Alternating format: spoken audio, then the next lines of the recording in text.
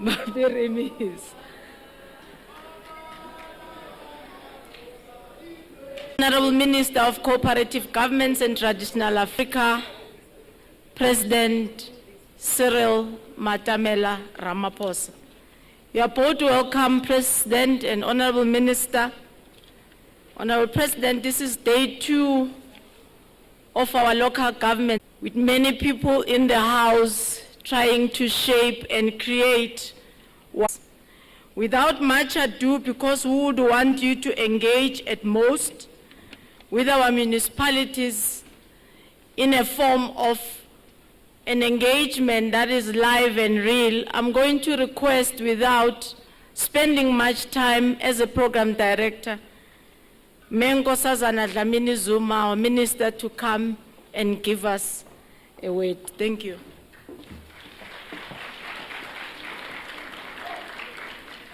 Thank you very much, Program Director.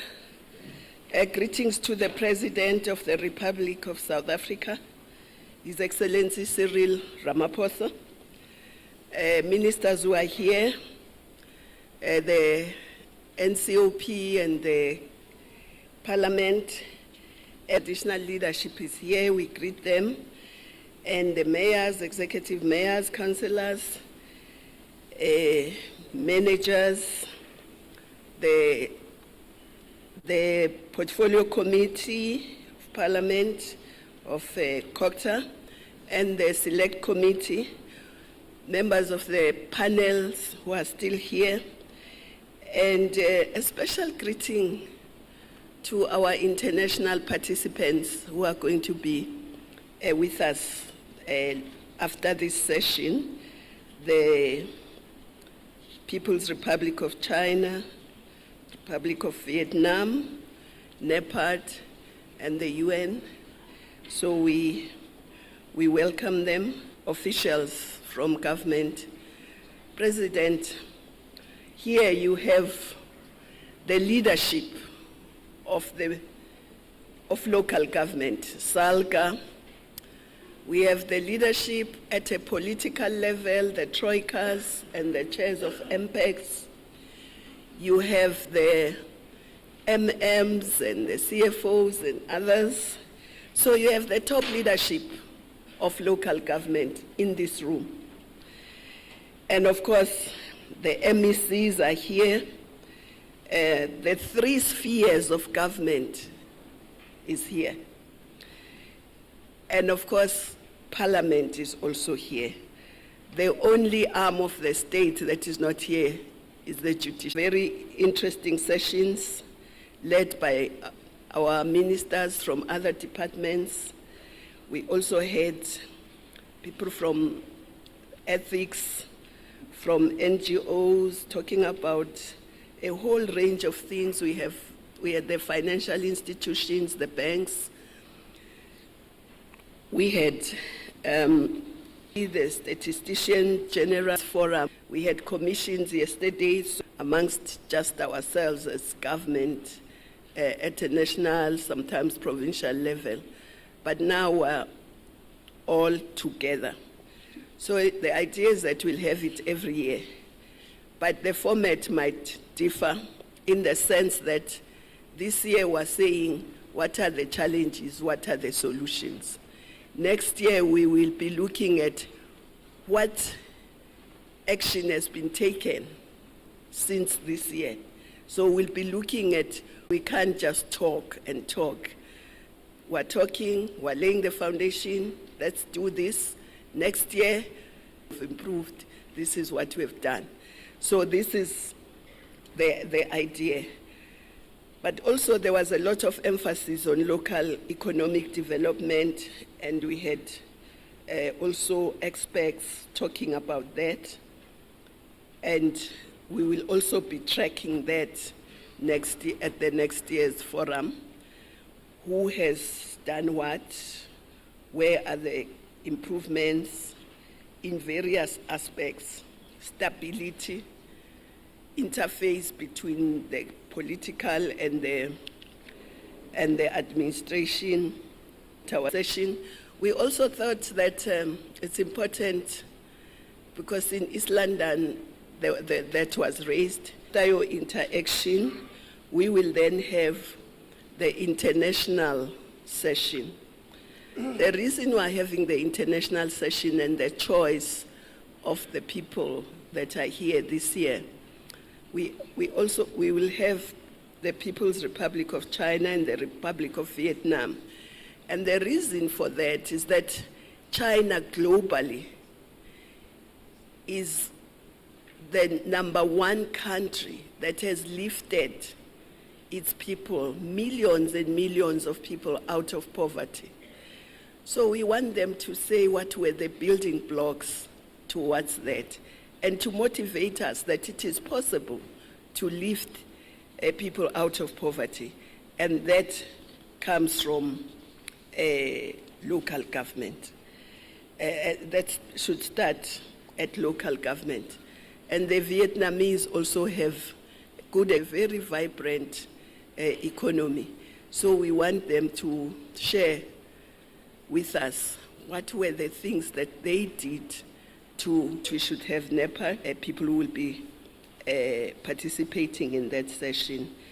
And then later we will have the reports from commissions, but that's really, they said I must introduce Republic of South Africa, in the Republic of South Africa, in the 6th administration, President, His Excellency Cyril.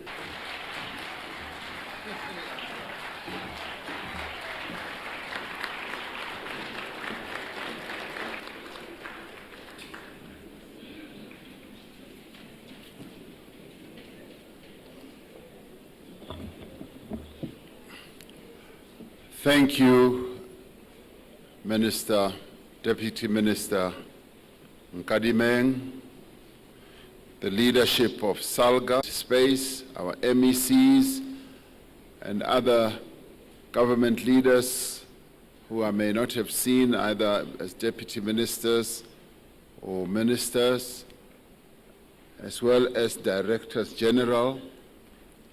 I extend my greetings to all of you, particularly, as I said, those who operate in that most important space of local government in our country.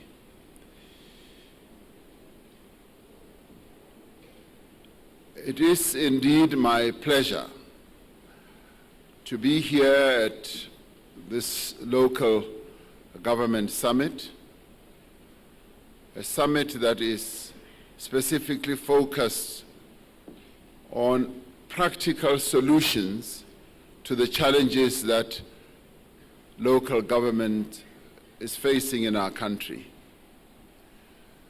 This has been a year, quite seriously, where we have heightened the state of local government. This year I have led 4 presidential imbizos in the Free State, in Northwest, in Gauteng, and in Mpumalanga. And in all those imbizos, issues of local government topped the agenda.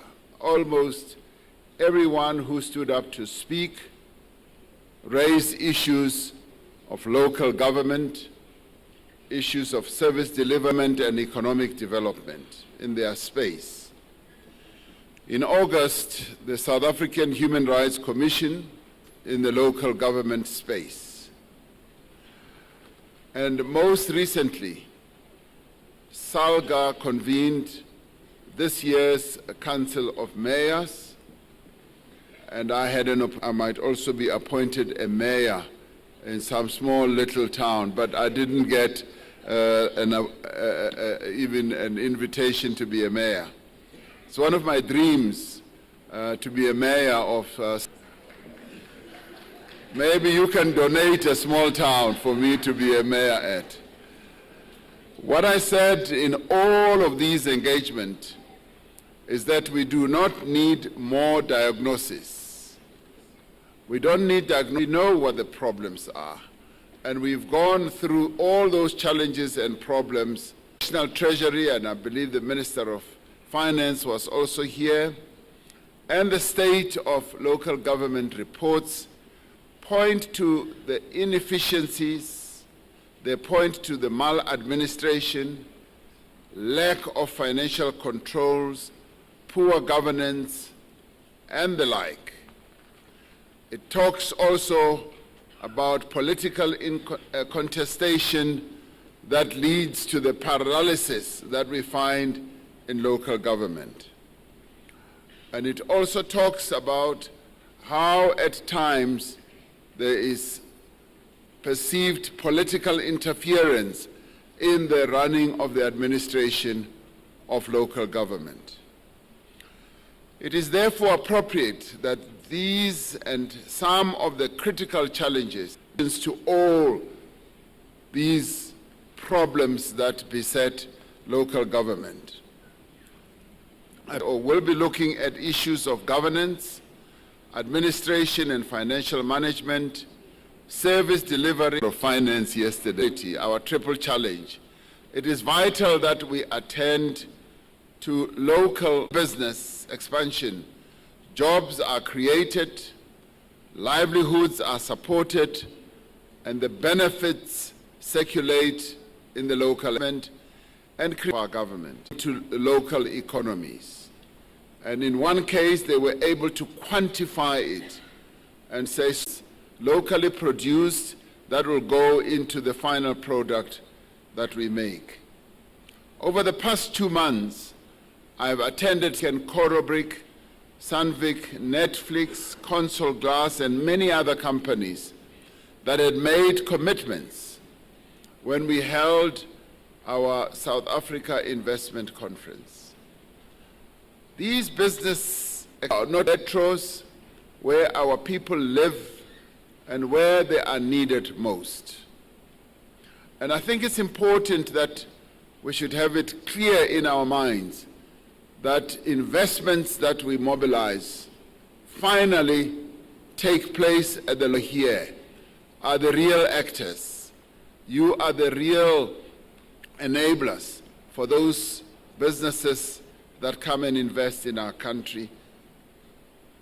If we are to harness the momentum of economic recovery that these new investments signal, or these expansion investment signal, investment decisions on where to bring or to expand their investments, one of the first factors that they consider is whether there is an enabling environment in that locality. First, of course, they'll look at the country and say and ask themselves, is South Africa an attractive investment destination? Once they tick that box, they then look at a number of other considerations. And finally, the most important that they will descend to is whether the local area, the local municipality is an investable environment. Is there a conducive environment that has been created in that local municipality for them to come and plant their money, either to build a factory, to build a facility, and what have you. They look at whether they can receive the necessary approvals as well as permits back, fill another form, the form is lost, and so forth and so forth. They look at the quality of the provision of water, electricity, sewage, and refuse removal. Their representatives will come to the town. They will come to the locality. They will come to the metro, and they will do an examination, firstly, of the site, and thereafter they will meet the local people, having started off possibly by meeting officials in various national departments. But where it really matters most is whether at the local area they are going to find joy. They look at the export their products to the market. They analyze whether the environment is safe and secure, whether they will be able to protect their investments. Of officials, of political leaders, they just make a quick judgment and then move on and go to another place. I remember a story of a company that wanted to invest. They went to a particular country. They got there, they asked, what processes do we need? Very well, that company then sent its officials to Brazil. They got to Brazil. When they got to Brazil, they were met by the governor of a province or a state in Brazil at the airport with a red carpet process. We've got a one. They invested the $1 billion and added up with another $1 billion. A conducive environment had been created for this company development. According to conventional wisdom, the whole process to move our people from the vicious trap of poverty as well as backwardness to becoming a prosperous type of economic situation has two paths, in my view. It is to get governance at the local level to be absolutely right and to get service delivery absolutely right. If we can get that right, then what follows will be an influx of investments and growth that will immediately follow. Are here.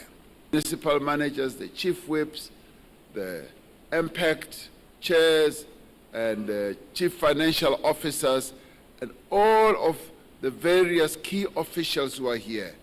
You have to play your important role collectively.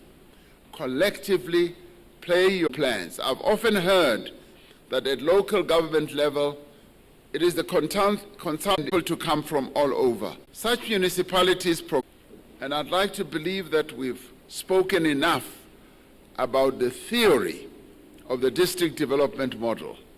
What now needs to happen is to practice it.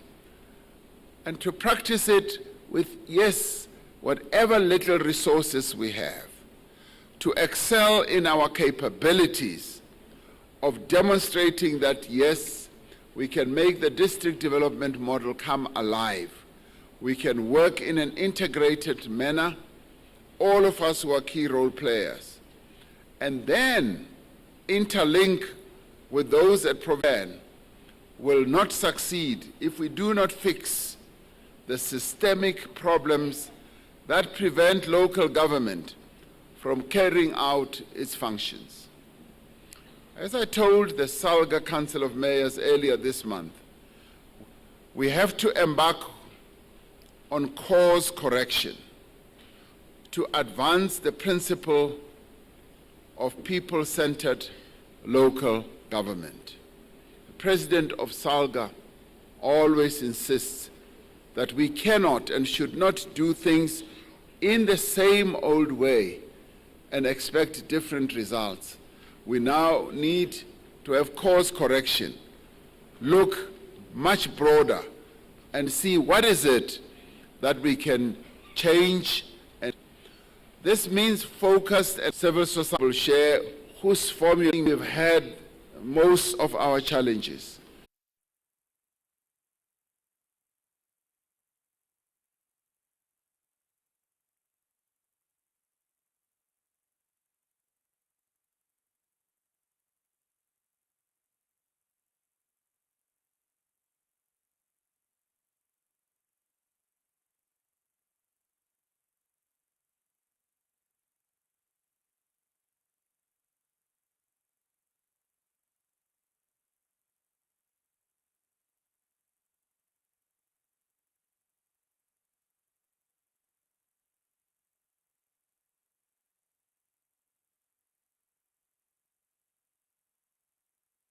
Those without any form of evidence what that money and agencies whose assignment is to promote investment. You're going to have an local level on promoting investment